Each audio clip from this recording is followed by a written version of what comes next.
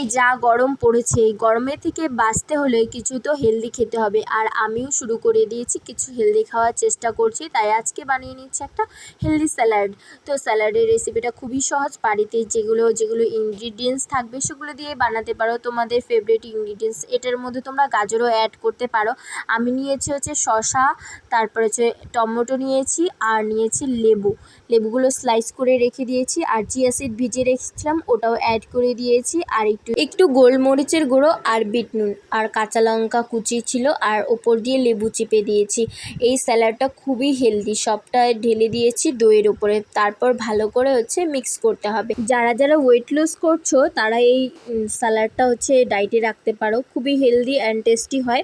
আমি first time try করছি, ফার্স্টে অন্যরকম লাগলেও তো খেতে খুব মন্দ ছিল না, তো খাওয়া যেতেই পারে। তো আজকের ভিডিওটা ছিল এই পর্যন্ত। ভিডিওটা ভালো লাগলে চ্যানেলটা সাবস্ক্রাইব করে দিও। দেখা হচ্ছে নতুন ভিডিওটা। টাটা।